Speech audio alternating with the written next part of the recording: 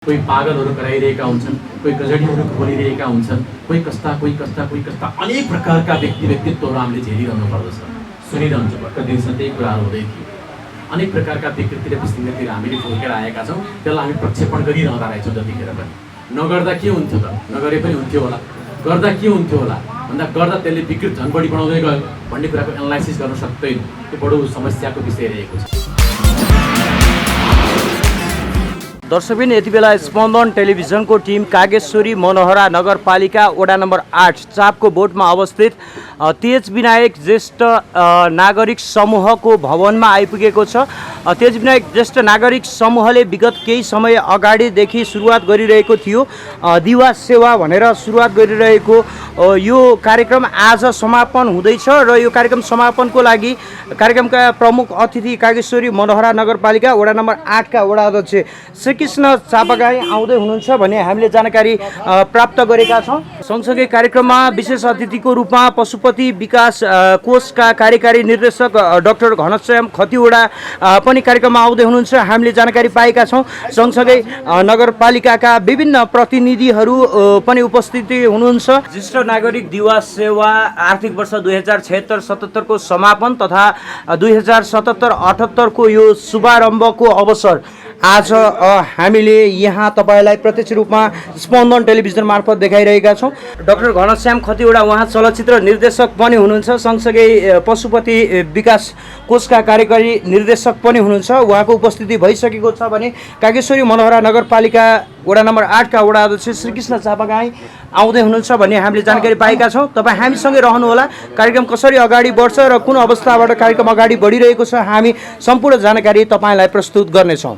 दर्शकबिन यति बेला हामीले देख्न सक्छौँ श्रीकृष्ण चापागाई कागेश्वरी मनोहरा नगरपालिका वडा नम्बर 8 का वडा अध्यक्ष उहाँको पनि आगमन भइसकेको छ भने अब कार्यक्रम सुरुवात हुने अन्तिम चरणमा पुगिसकेको छ। तपाईँ कार्यक्रममा हामीसँगै रहनुहोला। हामी प्रत्यक्ष रूपमा कार्यक्रम प्रस्तुत गर्नेछौँ तपाईँ समक्ष।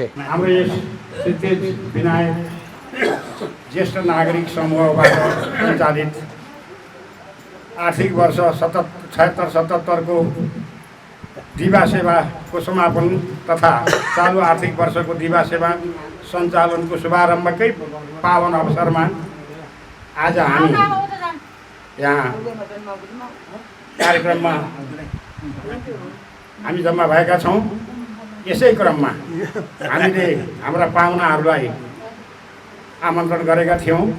त्यसमध्ये हाम्रा जनप्रतिनिधि कागेश्वरी मनोहरा नगरपालिका वडा नम्बर 8 का वडा अध्यक्ष श्री कृष्ण प्रसाद चापागाईज्यू आइसक्नु भएको छ। त्यसै गरी हाम्रा पशुपति क्षेत्र विकास कोषका कार्यकारी निर्देशक डाक्टर घनश्याम खतिवडाज्यू आइसक्नु भएको छ।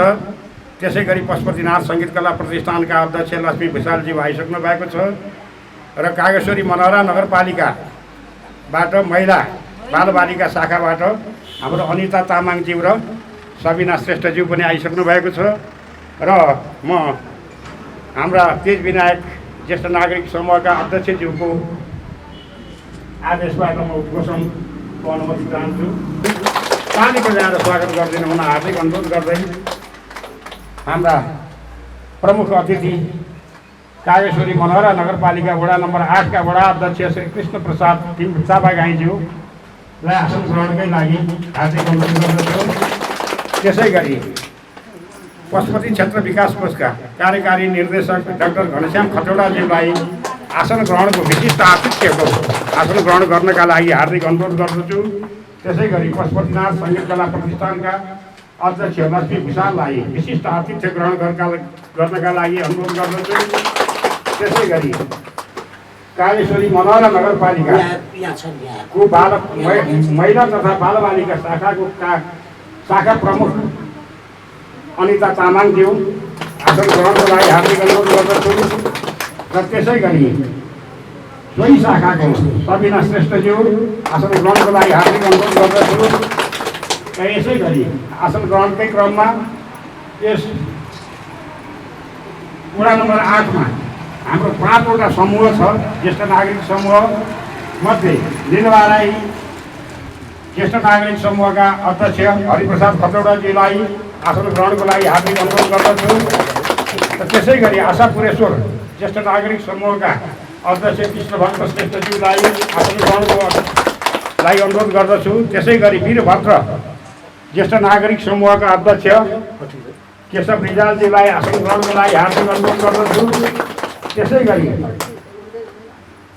हाम्रा ज्येष्ठ नागरिक एवं यस समाजका वरिष्ठ समाजसेवी शिवप्रसाद दाहालजीलाई आसन ग्रहणको लागि हार्दिक अनुरोध गर्दछु र सम्पूर्ण ज्येष्ठ नागरिक जीवहरूलाई यथा स्थानमा आसन ग्रहणको लागि हार्दिक अनुरोध गर्दै म यो कार्यक्रमको शुभारम्भ गर्नका लागि हाम्रा प्रमुख अतिथि लगायत सम्पूर्ण पाहुनाजीहरूलाई चाहिँ माला र रामनामी उडाएर सम्मान गरिदिनु हुन निलबा राई ज्येष्ठ नागरिक अध्यक्ष हरिप्रसाद भट्टराईज्यूलाई सम्मान गरिदिनु हुन सबैलाई सम्मान गरिदिनु हुन हार्दिक अनुरोध गर्दै यसमा हाम्रा कोषाध्यक्ष भरतमणि चापागाईबाट केश विनायक ज्येष्ठ नागरिक समूहका कोषाध्यक्षज्यूबाट सहयोग गरिदिनु हुन हार्दिक अनुरोध गर्दछु। ताली बजाएर स्वागत गरिदिनु हुन हार्दिक अनुरोध गर्दछु।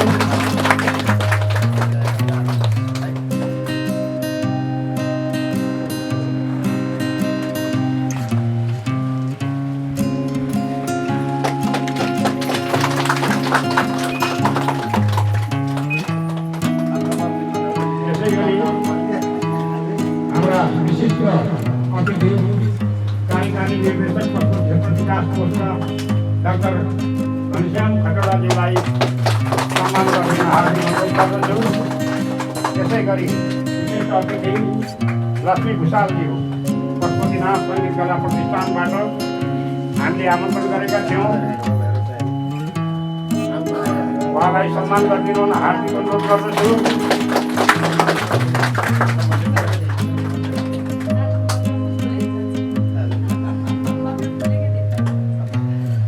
त्यसै गरी हाम्रा वरिष्ठ समाजसेवी एकदम ज्येष्ठ नागरिक शिवप्रसाद दाहालजीलाई समेत सम्मान गरिदिनु हार्दिक अनुरोध गर्दछु। र अब सर्वप्रथम यस संस्थाको सचिवको नाताले म स्वागत मन्तव्य व्यक्त गर्न गइरहेको छु। यस वडा नम्बर 8 मा 5 वटा ज्येष्ठ नागरिक समूहहरू स्थापित छौँ। आजभन्दा 12 वर्ष 13 वर्ष अगाडि हाम्रा यस समाजका वरिष्ठ ज्येष्ठ नागरिक जीवहरूबाट जुन शुभारम्भ गरिएको थियो र आज हामी यो क्रम कस्तो भयो भने 200 भन्दा बढी हामी ज्येष्ठ नागरिकमा आबद्ध भइसकेका छौँ। र यसै क्रममा हाम्रो शिवप्रसाद दाहाल उहाँ आशापुरेश्वरको सदस्य हो, तर के संस्थागत रूप केश विनायकले मात्रै नेपाल सरकारमा दर्ता गरेर अगाडि बढेको हुनाले उहाँले मन्त्रालयमा पटक अनुरोध गरेर मन्त्रीज्यू लगायत कमसेकम 5-10 लाख रुपियाँ ज्येष्ठ नागरिकलाई केही सहयोग गरिदिएदेखि ज्येष्ठ नागरिकले पाउने सुविधाहरू सबै हुन्थे। लौ नभन्दै कराउँदै गएर उहाँले ज्येष्ठ नागरिक तेज विनायकका नाममा 5 लाख रुपियाँ जे होस् यसपाला निकासा गराउनुभयो। यसको लागि उहाँलाई धेरै धेरै धन्यवाद। ताली बढाएर उहाँको स्वागत गरिदिनुहोस्। उहाँलाई अभिनन्दनै यही हो। र यो उहाँकै क्रममा हाम्रा अध्यक्ष ईश्वरी प्रसाद खजौडाज्यूबाट यो ज्येष्ठ नागरिक पनि अब साँच्चीकै असिना आइपुग्यो। उहाँले यो त अब 12 वर्षसम्म यसमा चलाउनु भयो, दुःख गर्नुभयो दुनियाँभर। उहाँहरू अध्यक्षज्यूबाट कति परिश्रम भयो, यो आफ्नो ठाउँमा छ। मात्र यो बजेट निकासा गर्नका लागि बडा कठिन छ। म पनि धेरै मन्त्रालय, धेरै विभागहरू, धेरै कार्यालय, धेरै दौडिया मान्छे हुँ। निकासा त उहाँले स्वीकृति गर्न आइदिनु भयो, शिवदाईले उहाँले गर्नुभयो। तर त्यसलाई प्रक्रिया पुर्याउनका लागि हाम्रा अध्यक्षज्यू ईश्वरी प्रसाद खजौडाज्यूबाट अतुलनीय योगदान दिनुभयो। किनभने पैसा ल्याएर नगरपालिकामा राख्ने काम उहाँले गर्नुभएको रहेछ। र मेरो पनि सौभाग्य, म पशुपतिनाथ सङ्गीत कला प्रतिष्ठानको केन्द्रीय कार्यालयको महासचिव छु र रामायण भजनको केन्द्रीय अध्यक्ष छु। 128 वटा मातहतको म केन्द्रीय अध्यक्ष हुँ। भ्याइ नभ्याइ त छँदै थियो, तर मेरो समाजको चाहिँ जिम्मेवारी मैले बाध्य भएर लिनु पऱ्यो। मेरो काका हुनुहुन्थ्यो त्यसमा सचिव, मेरो आफ्नो काका, आज 4-5 महिना भयो उहाँको देहावसान भयो र त्यो पद खाली भयो र यी अब बुढा बाहरूलाई मात्रै काकाहरूलाई मात्रै लगाएर ज्येष्ठ नागरिकहरूलाई मात्रै दौडाएर मैले केही हुने देखिनँ र मैले आफूले स्वीकारेँ र त्यो सचिवको जिम्मेवारी लिएर आज यो रकम ल्याएर र उहाँहरूले जति हामीलाई चाहिँ नि फोकस गरेर कार्यक्रम गर्नु दिनुभएको थियो त्यो कार्यक्रम अनुसार त्यही अधीनमा रहेर हामीले चाहिँ सामानहरू खरिद गऱ्यौँ।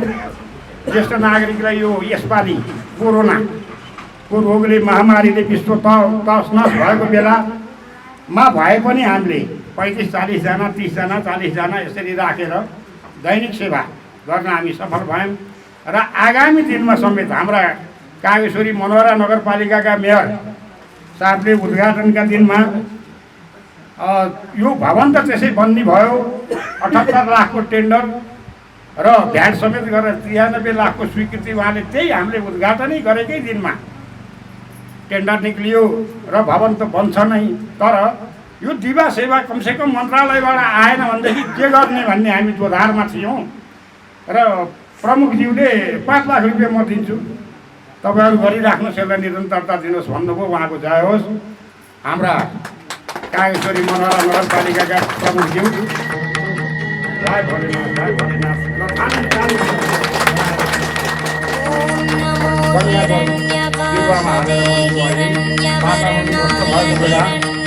र बिरुवा हुर्काउनलाई पनि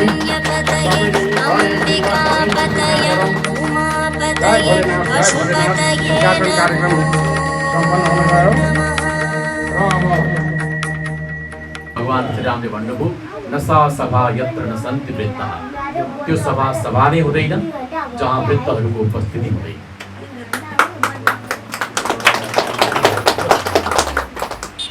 अर्को एउटा भनाइ छ न गृहम गृहविद्याहु गृहिणी गृहमुच्यते भनिन्छ। त्यो घर नै हुँदैन जहाँ गृहिणी हुन्न वा धर्मपत्नी हुन्न वा महिलाहरूको उपस्थिति हुँदैन। आजभोलि त्यो भनाइलाई पनि परिष्कृत बनाइएको छ, त्यो घर नै हुँदैन जहाँ वृद्धहरूको उपस्थिति र सम्मान छैन। वास्तवमा त्यो घर पनि घर हुँदैन। हामी सबैले देखेका छौँ, भोगेका छौँ, सुनेका छौँ। आजभोलि सामाजिक सञ्जाल दिन प्रतिदिन बढिरहेको छ। अनेक प्रकारका विकृति र विसङ्गतिहरू हामी मोबाइलमा हेरेर बसिरहेका छौँ, देखेका छौँ। धेरै सम्मान गर्नुपर्ने वर्गलाई सम्मान नगरिएको, सम्मान नगर्नुपर्ने वर्गलाई सबभन्दा बढी सम्मान गरिएको, यस्ता अनेक विकृतिहरू हामीले देखिरहेका छौँ। समय सन्दर्भ बढ्दै जाँदा, हाम्रा शास्त्रहरूले निर्देश गरेका अवस्थितिहरूलाई हेर्दै जाँदा कलियुगको प्रारब्ध झन्झन बढ्दै गएको हो कि भन्ने पनि आवाज पाइन्छ। यस्तो अवस्थामा हामीले विगत 3 महिनामा एउटा विषम परिस्थिति भोगिरहेका छौँ। अहिले पनि सकिएको त छैन। आजबाट लकडाउन त खुलेको छ, तर कोरोनाको त्रास त खुलेको छैन। हामी टाढा टाढा बस्नै पर्ने आवश्यकता छ। हाम्रो नेपालको पृष्ठभूमिमा, काठमाडौँ पृष्ठभूमिमा कोरोना भोगिरहेकै छ। कतिखेर हामीलाई छप्प समाप्त थाहा पाइँदैन। यो प्राकृतिक प्रकोपसँग हामी लडिरहेको बेलामा नै पानी परिरहेको छ, पहिरो गइरहेको छ, पुल बगाइरहेको छ, गाडीहरू बगाइरहेका छौँ। त्यस्तो स्थितिमा पनि हामीहरू बुद्धि विवेकलाई प्रयोग नगरिकन नेपाल सरकारले यति धेरै सूचनाहरू प्रवाह गरिरहँदाखेरि पनि पहिरोको त्रास छ, सम्भाव्य ठाउँमा नबस्नु होला, पहिरो हुन सक्ने ठाउँहरू नबस्नु होला, टाढा सर्नु होला, आफन्तकोमा गएर बास बस्नु होला, पानी 4-5 दिन पर्दैछ लगातार भन्दै पनि हामीहरू जबरजस्ती त्यहीँ बसिरहेका हुन्छौँ। कतिपय अवस्थामा अगाडि खोलामा बाढी आइरहेको छ, गाडी नलैजानुहोस् भन्दा गाडी लगिरहेका दृश्य देख्छौँ हामीहरू। भन्दै पनि मान्दैनौँ। तिनीहरूलाई ज्ञान वृद्ध भएका, चेतनाले युक्त भएका मान्न सक्दैनौँ हामीहरू। अब मैले यो प्रसङ्ग किन लिएर आएँ भने आजको यो सभामा आउनको लागि मलाई आमन्त्रण गर्नुभयो। मलाई ज्यादै खुसी लाग्दछ। ईश्वरी बुवा, हरिप्रसाद बुवा, मेरो घरायसी बुवाहरू हुनुहुन्छ। उहाँहरू म आइरहन्छु, बसिरहन्छु, खाइरहन्छु, गइरहन्छु, आफ्नै घरको रूपमा रहेको छ। उहाँहरूले भन्ने बित्तिकै काट्ने कुरै हुँदैन। त्यसमाथि फेरि ज्येष्ठ नागरिकहरूको यो सभा भएको कारणले गर्दा ज्येष्ठ नागरिक महासङ्घसँग पनि आबद्ध भएर धेरै कामहरू गरिदिएको र सधैँभरि ज्येष्ठ नागरिकहरूप्रति बढी श्रद्धा र सम्मान आफ्नो मनभित्र रहिरहेको कारणले गर्दा पनि म आउँछु भने आए पनि खुसी पनि लागिरहेको छ यहाँहरूसँग भेटेर। सडकमा छोडिएका गाई बाच्छाहरू त्यसलाई कलेक्सन गर्ने कामहरू गरिमाग्ने र तिनीहरूको संरक्षण गर्नुपर्छ भनेर लागि पर्यो। यो कोरोनाको अवधिभित्रै गरिएका कामहरू हुन्, हामी आफैले गरेका कुराहरू, त्यसको परिणाम भोटरकारसँग पनि जोडिन्छ। म केही कुराहरू भन्न चाहन्छु यस विषयमा चाहिँ। कोरोनाको यो अवधिभित्रै हामीले ठेकेदारहरूलाई बोलाएर निर्माण संरचनाहरू पुरा नभएको अवस्था छ पशुपति मन्दिर वरिपरि, त्यहाँका निर्माण संरचनाहरू पुरा गर्नको लागि उनीहरूलाई घटकच्यायौँ। उनीहरूका मजदुरहरूलाई लिएर आउने लैजाने, मेरै गाडी म आफैले चलाएर भए पनि पुर्याउने ल्याउने व्यवस्था गरेर कतिपय कामहरू सम्पन्न गऱ्यौँ। यसको मतलब समयले हामीलाई पर्खँदैन। म अहिले बोलिरहेको छु, मेरो उमेर 1-1.5 घन्टा घटिरहेको छ। हामी अगाडि बढिरहेका छौँ, उमेर कम भइरहेको छ। त्यसले गर्दाखेरि हाम्रो उमेरलाई हामीले भोग्ने होइन, समयलाई हामीले भोग्ने हो। र त्यो समयलाई भोग्दाखेरि हामीले यस धरतीमा उपस्थिति हुनुको मूल कर्तव्य जे छ त्यो यदि पुरा गर्न सकेनौँ भने हामीलाई भविष्यले श्राप दिनेछ, हामीलाई भविष्यले उचित स्थान दिनेवाला छैन, हाम्रो आत्माले उचित प्रकारले मुक्ति पाउनेवाला पनि छैन। त्यसैले पनि आफ्नो कर्तव्य गरिरहनु पर्दछ। सबैजनाले आफ्नो क्षेत्रबाट आफ्नो कर्तव्य यदि पुरा गरिदिने हो भने, सबैका मनहरूमा सकारात्मक धारणा विकास हुने हो भने, सबैले धर्मलाई संस्कृतिलाई शिरोधार्य गरेर आफ्नो मुलुकप्रति माया प्रस्तुत गरिदिरहने हो भने अदालत किन चाहियो, प्रहरी किन चाहियो? हामी आफै अनुशासित हुने हो भने संसारमा मरिसकेपछि, आफ्नो जीवन भोगिसकेपछि लानु केही छैन भन्ने कुरा बुझ्दा बुझ्दै पनि अनेक प्रकारका कृत्य अपराधहरू भइरहेको कारणले गर्दा देशले गति लिन नसकिरहेको अवस्था हामीबाट टाढा छैन। आज प्रजातन्त्र आएको 32 वर्ष भइसक्यो। प्रजातन्त्र नेपालले प्राप्त गरेको 32 वर्ष भइसक्यो। 32 वर्ष त पञ्चायत पनि थिएन, 30 वर्ष मात्रै रहेको थियो। 32 वर्ष हामीले उपलब्धि गरेको के भन्दा एकले अर्कालाई गाली गर्ने, घरमा सासूलाई चाहिँ बुहारीले हेप्ने चेप्ने, अझै पनि अनि दाजुले भाइलाई काट्ने, दाजुले भाइलाई गाली गर्ने, छिमेकमा झगडा गर्ने, यी धेरै कुराहरू हामीलाई अनेक तरिकाका विकृतिका विसङ्गतिहरूले यो 32 वर्ष खाइदिरहेको मैले अनुभव गरेको छु। विकास निर्माण र संरचनाहरूका हिसाबले आज हामी काठमाडौँमा बसेका छौँ। मलाई लाग्छ काठमाडौँभित्रकै बुवाआमाहरू यहाँ हुनुहुन्छ, म पनि काठमाडौँ बसेको झन्डै 30-35 वर्ष भइसकेको अवस्था छ। यो 35 वर्षको अवधि म काठमाडौँ बसिरहँदाखेरि गाउँ ठाउँ पहाड मधेसका ठाउँहरू कुना काप्चाहरू के कस्ता भए भन्ने कुरो सायदै हामीले कम अवलोकन गऱ्यौँ होला। पहाडका ती डाँडा काँडाहरूमा डोजर धेरै चलाएर विकासको नाममा अनेक तरिकाले हामीले भूमिलाई थर्कमान बनाएर थर्काएर भूकम्पको थिल्थिलो त्यहाँमाथि थपिएर जाँदा गर्दाखेरि आज धेरै पहिरोहरू गइरहेको छ। हाम्रो भूमि, हाम्रो हिमालको काठको अवस्थिति हेरेर विकासका अवधारणाहरू अगाडि लैजानु पर्दथ्यो। हामीले विकासका नाममा कतै जे पाए त्यही पो गऱ्यौँ कि भन्ने प्रश्न पनि आउँछ। त्यसैले यी सबै कुराहरू समेटेर लैजान सकेको अवस्थामा हाम्रै सहभागिताले सरकारलाई पनि सहयोग पुग्ने हो भन्ने कुरा हामीले बिर्सनु हुँदैन। अब म आउँदछु पशुपति क्षेत्र विकास कोषतर्फ। पशुपति क्षेत्र विकास कोष 2044 सालमा गठन भयो। ऐन अनुसार आज 44 सालको संस्था 77 सालसम्म आउँदाखेरि 30औं वर्ष कटिसकेको अवस्थामा रहेको छ। यो 30औं वर्ष कटिसकेको अवस्थामा रहेको संस्थाले गरेका कामहरू प्रशस्त छन्, राम्रा कामहरू प्रशस्त छन्। सँगसँगै यो संस्थामा आउने पदाधिकारीहरू, यो संस्थामा बस्ने कर्मचारीहरूले खेप्नु परेका समस्याहरू पनि दिन प्रतिदिन बढिरहेको अवस्थामा छ। यहाँहरूलाई मैले आफ्नो आङ्क नआएर आफै छारो उडाउनु हुँदैन भन्ने एउटा सिद्धान्त अनुसार नभन्नुपर्ने थियो, तर भनिरहनु पर्ने आवश्यकता रहेको छ।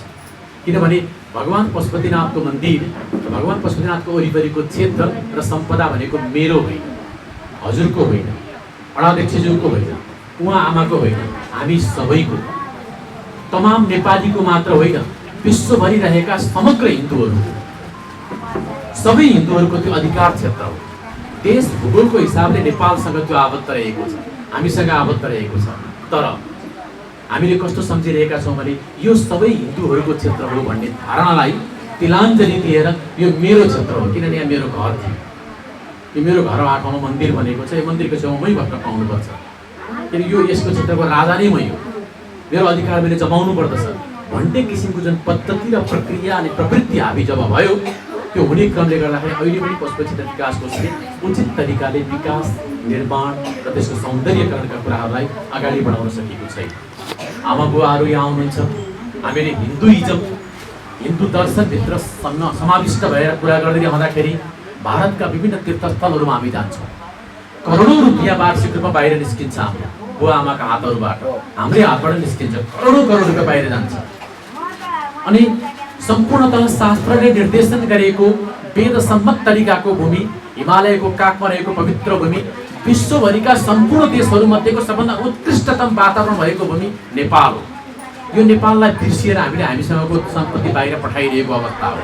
त्यस्तो अवस्थामा बाहिरका तत्त ठाउँहरूमा भएका मन्दिरको व्यवस्थापनहरूलाई एक दिन दुई दिन गरेर हेरेर दङ्ग पर्छौँ अनि मेरो नेपालमा यस्तो भइदिएको भए कस्तो हुन्थ्यो जस्तो लागेर हामी आउँछौँ। त्यही परिकल्पनामा बित्दै प्रजातन्त्रपछिका 32-35 वर्ष पनि बितिसकेको अवस्था छ। गर्ने कहिले होइन, यस्तो गर्नुपर्छ, मैले एकछिन भने अहिलेलाई होइन, यस्तो गर्नुपर्छ बुवा, यस्तो गर्नुपर्छ, प्राध्यक्ष यस्तो गर्नुपर्छ, आमा यस्तो गर्नुपर्छ, म्याडम यस्तो गर्नुपर्छ, यो सबै भने मैले पर्छ गर्ने कसले त मैले पर्छ होइन गर्छु चाहिँ भन्नुपर्ने धारणा हो। कार्यान्वयनका कुराहरू पहिला हुन्थ्यो होला, योजना बनाउनुपर्छ, योजना लागू गर्नुपर्छ, लागू गरेपछि त्यसलाई पुरा गरेर देखाउनु पर्दछ। यो मान्यतामा चाहिँ म जहिले अडिग छु, किनभने मैले जहाँ काम गरेँ झन् 70-80 हजार विद्यार्थीहरूलाई पढाएँ होला।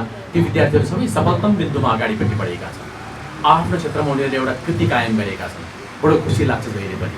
एउटै मात्र पनि विद्यार्थी, मैले पढाएका विद्यार्थी आजभोलि म नसा खाएर लट्ठिएर बाहिर बसेर सडकमा मुख जोतेर हिँडिरहेको देख्दिनँ, त्यही खुसी लाग्दछ। कहीँ त्यस्ता छन् कहिलेकाहीँ खोजी गरिहरू जो छैनन्, आफूले जे गरियो राम्रो गरियो भने बल्ल आउँदछ। अन्तर्राष्ट्रिय क्षेत्रमा कहीँ घुम्न गइयो भने त्यहाँको व्यापार व्यवसाय मैले पढाएको विद्यार्थी धानिरहेको हुन्छ, खुसी लाग्छ। कुनै एउटा बैङ्कमा गइयो भने त्यहाँको काम गर्ने विद्यार्थी मेरो भइरहेको हुन्छ, खुसी लाग्छ। कुनै एउटा राम्रो सिनेमा बनाइरहेको छ भने त्यो विद्यार्थी मैले पढाएको विद्यार्थी हुन्छ, मलाई त्यही खुसी लाग्छ। जहाँ हामी काम गर्छौँ त्यो चाहिँ हाम्रो पर्फेक्टनेस डेभलप गर्नुपर्छ भन्ने मान्यतामा म आफू छु। म आज आएको 6 महिना भयो, जुन ठाउँमा म बसेको छु 6 महिनाभित्र 3 महिनाको अवधि त हामी लकडाउनमा राख्यौँ।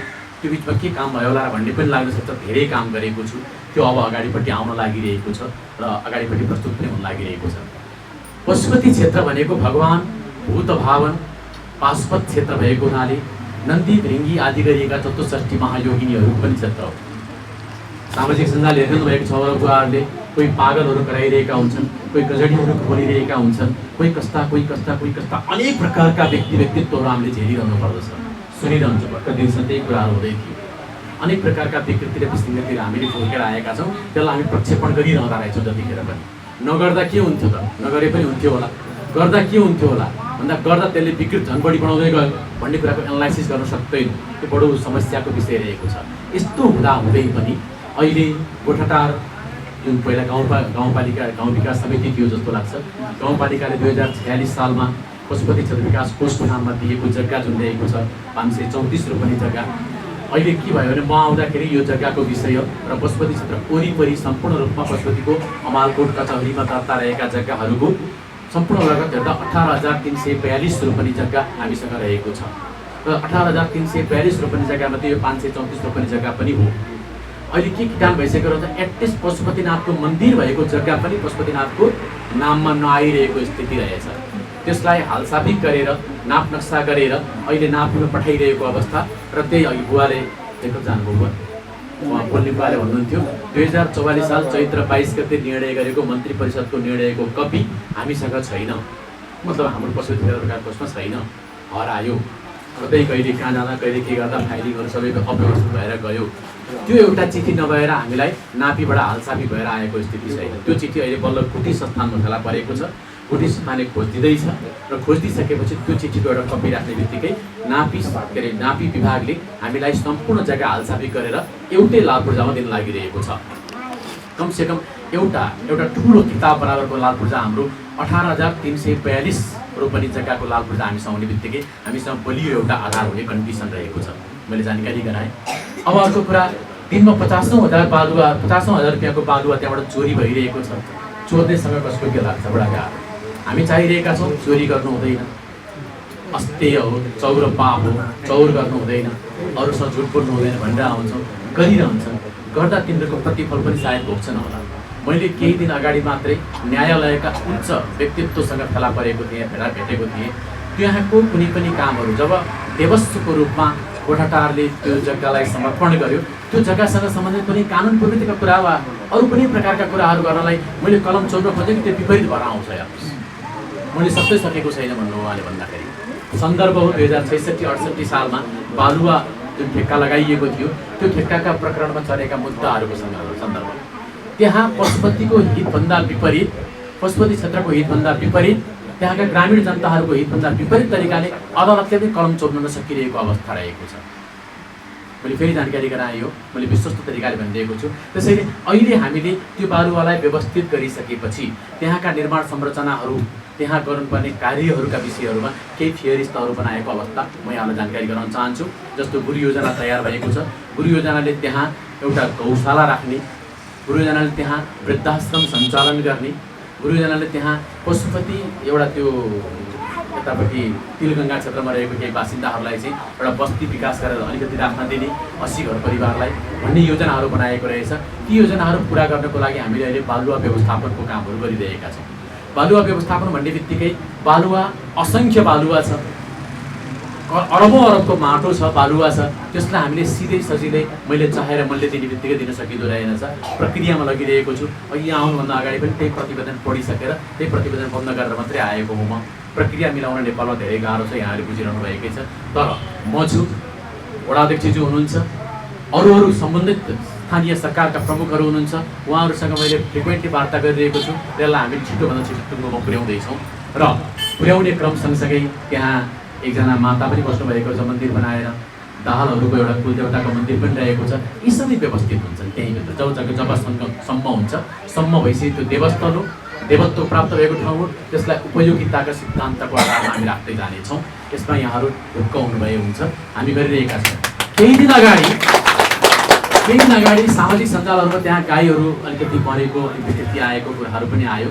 समस्या हामीलाई यहाँ मात्र होइन, समस्या पशुपतिनाथको मन्दिरको गेट अगाडि पालिएका गाईहरूको पनि भइरहेको छ। वडाध्यक्षज्यूलाई त मैले जानकारी गराउनु पर्दछ। म घनश्याम खतिवडा दोलखामा जन्मिएको, काठमाडौँ आएर दरबार स्कुल पढेको, त्यसपछि वाल्मिकी क्याम्पस पढेको, वाल्मिकी क्याम्पस पढ्दै पढ्ने क्रममा श्रीलङ्कासम्म गएर पढेर आउन भ्याइयो। त्यसपछि आफ्नै काममा रमाउँदै पशुपतिनाथको सेवामा एक दिन आएछ। सायद मातापिताको असीम कृपा होला, उहाँहरूको तपस्या होला, मैले सेवा गर्ने मौका पाएको छु बल्ल बल्ल। म जब यहाँ आएँ गत पौष 2 गतेदेखि, आउने भन्दा अगाडिका दिनहरूमा भएका विकृति विसङ्गति सम्पूर्णतः मैले मेरो टाउकामा लिएर त्यसलाई सल्ट्याउँदै अगाडिपट्टि बढ्नुपर्ने कन्डिसन छ। एउटा समस्या, दाजु र भाइको सामान्य झगडा पऱ्यो घरमा भने त बाबामा मिलाउन 7औं दिन 9औं दिन लाग्दछ। हामीलाई थाहा पाइरहेको विषय हो यो।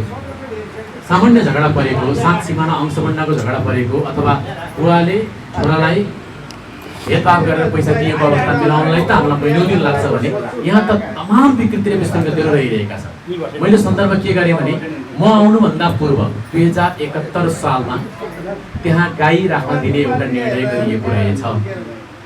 गाई पशुपतिनाथको मन्दिरको अगाडिपट्टि राखिएको छ, धेरै हिलोमा कच्चा बनाएर राखिएको छ। यहाँलाई म जानकारी गराउँ, हिलोमा गाईहरू डुबेका छन्। त्यहाँ एउटा पोखरी छ, गाई चर्दै जाँदा चित्रिएको छ, पोखरीमा पसेर गाई मरेको छ। मरेको गाई कसले उठाउनु पर्ने अवस्था रहेको छ। उठाउँदाखेरि पत्रकारले देख्छ, फोटो खिच्छ, उसले गाई मार्यो भनेर लेख्छ, उसले कसले पालेको उसले मार्यो भनेर लेख्दैन। अब यो विकृति विसङ्गतिलाई कसरी हामीले तल झार्दैनौँ, मिटाउन पार्दैनौँ, समय लिन्छ भन्ने कुरा हो। अब यो गाई त्यहाँ हामीले जति गलत तरिकाले पालिरहेका छौँ। हिन्दू धर्ममा गाईलाई पूजा गर्छु, म प्रत्यय मान्छु, सबभन्दा बढी शिरमा गाईलाई राखेर हिँड्छौँ हामी। गाउँमे अगतः सन्तु, गाउँमे सन्तु पृष्ठतः, गाउँमे हृदयम सन्तु, गवाम मध्ये सामने। हाम्रो शास्त्रले भने तापनि हामीले गाईलाई आफू शक्ति ओछ्यानमा लगेर पालेर हुँदैन। गाईलाई गोठ्नै चाहिन्छ, गाईलाई घाँसै चाहिन्छ, गाईलाई उचित प्रकारको वातावरण नै चाहिन्छ, गाईलाई सफा सुग्घर नै चाहिन्छ, गाईलाई हिलोमा बैठाउनु हुँदैन। यो कुरा हामीले सार्वजनिक रूपमा बुझेका कुराहरू हो। भगवान् पशुपतिनाथको मन्दिर अगाडिपट्टि गाई चाहिन्छ, गोरु चाहिन्छ, नन्दी चाहिन्छ, हो यो कुरा सार्वजनिक हो। तर त्यसो भन्ने बित्तिकै पशुपतिनाथको गेटै अगाडि ल्याएर गाई गोठ राख्न सकिन्छ र? यो त आवश्यकतै होइन हो। त्यही कुराहरूलाई हामीले उच्चाटन गऱ्यौँ। तर जसले गाई पालेको थियो त्यसलाई संस्था दर्ता गर्न पनि दिएको अवस्था रहेछ। संस्था दर्ता नियमले हटाउनु पर्ने कन्डिसन भयो। जसले गाई पालिरहेको छ त्यहाँ गाई थोत्रा मोत्रा गाईहरू त्यहाँ राखेको छ, राम्रा गाईहरू आफ्नो ठाउँमा लिएर गएको छ। ती हिजोका थोत्रा मोत्रा गाईहरू देखाएर उनले उचित रूपमा अन्तर्राष्ट्रिय रूपबाट 30 लाख 40 लाख पैसा लिएर आएको छ। आफ्नो गाई आफ्नो बारीमा लगेर पैसा हालेको छ। प्रत्येक दिन हरेक मान्छेले गाईको सेवा भनेर 10,000 दिनुहुन्छ। बुवाले 10,000 5,000 2,000 सबै खल्तीमा हालेको छ। गाईको सेवा गरेको छैन। त्यो दायित्व उसकोमा छोडिएको छ, कोषको दायित्व होइन। अनि त्यहाँ गाईले खानु भने कोषको गल्ती हुन्छ, उसले जे गर्यो कोषको गल्ती हुन्छ। हामी नेपालीहरूमा वृद्धता कति छ? मैले अगाडि सुरु भने ज्ञान वृद्धता कति छ? वयोवृद्धता मात्रै ठुलो कुरो हुँदैन छ। ऊ पनि नेपाली हो व्यक्तित्व, ऊ पनि हिन्दू हो, गाई पालेको छ भिन्नै कुरा हो, तर गाई कति बिजोग गरी पालेको छ र सही तरिकाले पालेको छ, यी कुराहरू एनालाइसिस गर्नुपर्ने कन्डिसन भएको हुनाले हामीले गोठाटारमा जसलाई गाई जिम्मा दिएका थियौँ उहाँले पनि पाल्ने कोसिस गर्नुभयो, हामीले केही सपोर्टहरू गरिदिरहेका छौँ। तर हामीलाई समस्या के भइरहेको छ भने बालुवा व्यवस्थापनको क्रमलाई टुङ्ग्याउने बित्तिकै, बालुवा निक्न सुरुवात हुने बित्तिकै जमिनको लेभलमा आइसके, जमिनहरू तलको बालुवा नजिक्ने अवस्था आइसकेपछि हामीले एउटा विशेष प्रकारको गौशाला त्यहाँ निर्माण गरेर, त्यो पनि गौ अनुसन्धान सहितको गौशाला र पशुपति मन्दिरमा छोडिएका 13वटा नन्दीहरूको उचित व्यवस्थापन गर्नको लागि गौशाला यो गोठाटाको जग्गालाई प्रयोग गर्ने योजना बनाएका छौँ। सँगसँगै हामीले एउटा वृद्धाश्रमको परिकल्पना गरेका थियौँ। पशुपति अगाडिपट्टि रहेको वृद्धाश्रम जहाँ थुप्रै वृद्ध आमा बुवाहरू बस्नुहुन्छ, उहाँहरूलाई हामीले तपाईँहरू सिफ्ट हुने त गोठाटा भनेर प्रस्ताव गरेका थियौँ। त्यहाँ आमा बुवाहरू कोही पनि यहाँ सिफ्ट हुन मानिरहनु भएको छैन। वास्तवमा उहाँहरूको भावना हामी सम्मान गर्छौँ। तर जुन ठाउँमा वृद्धाश्रम सञ्चालन गरिएको छ त्यो सञ्चालन गरिएको वृद्धाश्रम हाम्रो अधीनमा छैन। यो ज्येष्ठ नागरिक र महिला मन्त्रालय अन्तर्गतको रहेको छ। हामी संस्कृति पर्यटन र नागरिक उड्डयन मन्त्रालय अन्तर्गत रहेका छौँ। त्यसैले उहाँहरूले सञ्चालन गर्नुहुन्छ, उहाँहरूले खर्च गर्नुहुन्छ, आएको दान दातव्य उहाँहरूले लिनुहुन्छ। हामीले त्यस्तो कुनै सरकार राखेका छैनौँ। मात्रै पशुपति क्षेत्र विकास कोषको अधीनमा रहेको जुन सत्तल रहेको छ त्यो सत्तल हामीले मर्मत गरिदिनुपर्छ, बनाइदिनुपर्छ। त्यहाँ पञ्चदेवल मन्दिर रहेको छ, त्यसको पुनर्निर्माणको क्रम पुनर्निर्माण प्राधिकरणबाट अगाडि बढेको छ, बजेटहरू आएको छ। त्यसलाई सम्पन्न गर्नको लागि हामीले वृद्धहरूको संरक्षण गर्न परेको छ। यसलाई वैकल्पिक मार्ग के खोजिरहेका छौँ। अहिले त्यो जुन सत्तल रहेको छ टेको लगाएर 5-7वटा टेकोहरूले अड्याइरहेको स्थिति, यहाँ वृद्धहरू बसिरहनु भएको छ। हामीलाई पनि टिट बढाएर आउँछ, बडा गाह्रो भइरहेको छ यो। तर उचित निकास निस्किँदैन, सबैजनाले निकास निस्किने ठाउँमा टाङ अडाएर बसिदिरहेको कन्डिसन छ।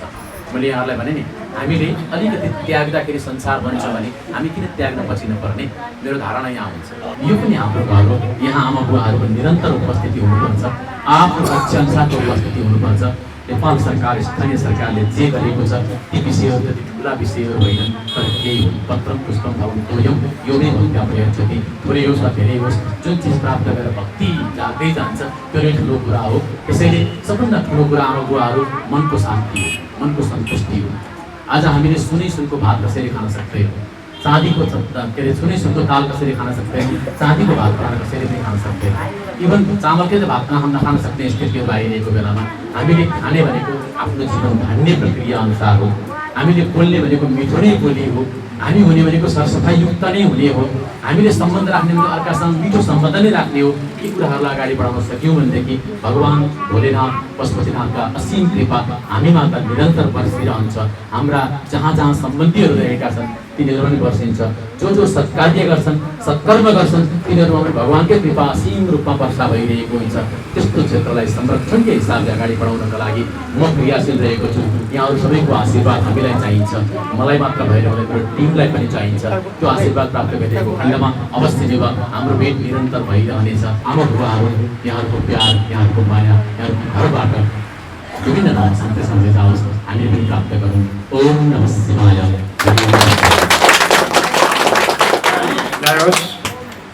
डाक्टर साहब, हाम्रा कार्यकारी निर्देशक पशुपति क्षेत्र विकास कोषका डाक्टर घनश्याम खजौडाज्यूबाट साह्रै सौहार्दपूर्ण हामीले चाहेका कुराहरू उहाँले दिनुभएको छ र हाम्रै यसै वार्डमा अब निकट भविष्यमा ज्येष्ठ नागरिक दिवा सेवा समेत सञ्चालन गर्न हामी प्रयत्नशील छौँ भनेर जुन उहाँले प्रतिबद्धता व्यक्त गर्नुभएको छ, आशा छ पक्कै पनि हाम्रा सम्पत्ति हुन्थे र एउटा कोषको नाममा गएको छ, आराध्य देव राष्ट्रदेव बाबा पशुपतिनाथको नाममा गएको सम्पत्तिलाई यसै समाजले फेरि प्रयोग गर्न पाउने दिनहरू आउँदैछन्। कुन्दन खड्काज्यू वडा अध्यक्ष वडा नम्बर 9 लाई उहाँलाई हार्दिक स्वागत गर्न ताली बजाएर स्वागत गरौँ। र आज भए पनि हामीले उहाँलाई पायौँ साथैमा, जय होस्। र हामी करिब अन्तिम चरणमा आइसकेका छौँ, धेरै नचालिनु होला। अब हाम्रो वडा अध्यक्षज्यूबाट कृष्णप्रसाद चापागाईज्यूबाट केही मन्तव्य पछि हामी समापनमा जाँदैछौँ। कागेश्वरी नगरपालिका वडाको तर्फबाट हार्दिक न्याय अभिवादन र नमन गर्न चाहन्छु। विशेष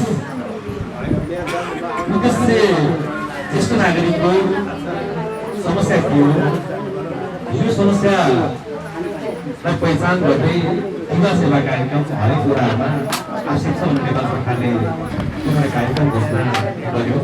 विशेष मैले जुन उद्देश्यले कार्यक्रम आयोजना गर्यो त्यो उद्देश्य अनुरूपको तपाईँहरूले यसबाट केही लाभ हासिल गर्नुभयो भन्ने हामीले अपेक्षा गरेका छौँ र आगामी दिनमा पनि जुन कार्यक्रम गर्दैछौँ यसको विशेष अवस्था के हो, हामी कसरी यसको सिर्जना गऱ्यौँ, समिति समूह कसरी बन्यौँ र सँगै आज कस्तो क्षेत्र विकास यसको भावी रणनीति के छ र आज हामी के गर्दैछौँ भन्ने जानकारी पनि आज यो कार्यक्रममा एउटा सहभागी बस्छ। यो विकास कसको विषयमा चाहिँ लगभग 3 वर्ष भयो निर्वाचित भएर आएकोसम्म हामी यो के कस्तो हुँदैछ भन्ने कुरो आज कक्षाबाट केही जानकारी औपचारिक रूपमा गराउने त्यो निर्देशनाले कार्यक्रम विचारमा ठिकै छ। हामी बस्छौँला सकारात्मक हिसाबले आवश्यकताको हिसाबले र पशुपतिनाथको दुर्योजना अनुसारको कार्यक्रम गराउनु र पशुपतिनाथको एउटा हिन्दूहरूको आराध्य देव त्यसमा अरू विभिन्न कुराले अरू विभिन्न दृष्टिकोणले सोचेर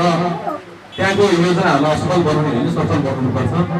त्यो बस्ती सार्ने कुरो अथवा त्यहाँको त्यो बस्तीलाई अर्थपूर्ण नचलाइकन त्यसलाई सुन्दर बनाउने कुरा चाहिँ हामीले सबै ठाउँमा विरोध गऱ्यौँ भने सफल हुँदैन। तर काम गर्ने तरिका र प्रक्रियाका केही कुराहरू एउटा समस्या आएको छ विकासको विषयमा। अब आज समय पनि छैन, पछि हामी फेरि बस्छौँला।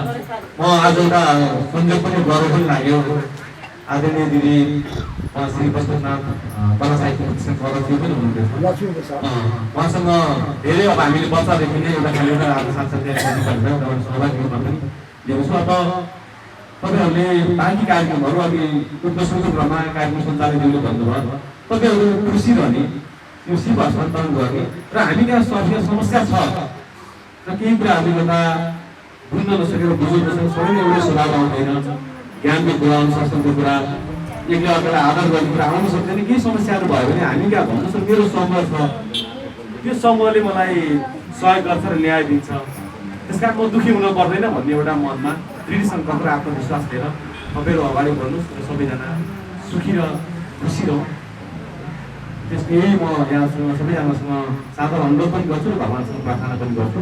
र आजको यो कार्यक्रममा एउटा मलाई अब प्रमुख अतिथिको रूपमा भन्नु यो भवनको कुरा साङ्लो भएको कुरा त्यो समस्या छ, त्यही बुझेर नै यसलाई छिटोसम्म छिटो भवन बन्न हामीले अरू टेन्डर पनि गरिसकेका छौँ। अब आगामी अर्को वर्षको कार्यक्रम गर्दा समर्थ भवनको केही समय कम्प्लिटै नभए पनि फिनिसिङ अन्तिम चरण नसकिए पनि भवन तयारी हुन्छ, त्यसपछि हामी अझ सहज तरिकाले गर्न सक्छौँ। र यो कोरोनाको जुन अवधिको बिचमा पनि तपाईँले सफलतापूर्वक कार्यक्रम समापन गर्नु यहाँसम्म पुर्याउनु भयो, त्यसको लागि सबै यसमा लागु हुने र सहभागी हुने सबैजनाप्रति हार्दिक धन्यवाद र आभार पनि प्रकट गर्न चाहन्छु। र हामी सबैको अब यो अवधि जब लकडाउन सकियो भन्दा पनि बाहिर गयो कार्यक्रम कोरोनाको सुरक्षित बुझ्नु भएको छ। विशेष गरी यो अवस्थामा चाहिँ तपाईँहरूसँग अनुभव हुन्छ त्यो घरको कुरा एक काल माटो खसेको अनुभव भएको छ, खानु नपाइकन घरको पछाडिको भागमा खस्ने, कति पानी धुनिने यस्ता कुरा, कति चाहिँ जानु नजाने ठाउँको बच्चाहरू खोलामा बोडी खेल्न जाँदा पानी आउने यस्ता कुराहरू नाति भाइ केटाकेटी यस्तो कुरा छ। अब हामी 1 महिना अझ यस्तो अवस्थाहरू छ भने हामी यहाँ पनि छ हेर्दा सुन्दर छ सहर नजिकै भन्छौँ, तर हिजो दिन गरेर हिजो अस्ति तिरपालमा पार हाल्नु कतिपय घरहरू कतिपय पहिरो हुन्छ यस्तो अवस्थाहरू छ। त्यस्तो कतै काहीँ के समस्या भएको छ भने कताको समस्या भएको छ भने अप्ठ्यारो छ भने उडान भन्नुहोस् है भन्छ, त्यो पनि यहाँले सहयोग गर्नु होला भन्दै म यो कार्यक्रम औपचारिक रूपमा यही समापन गर्दै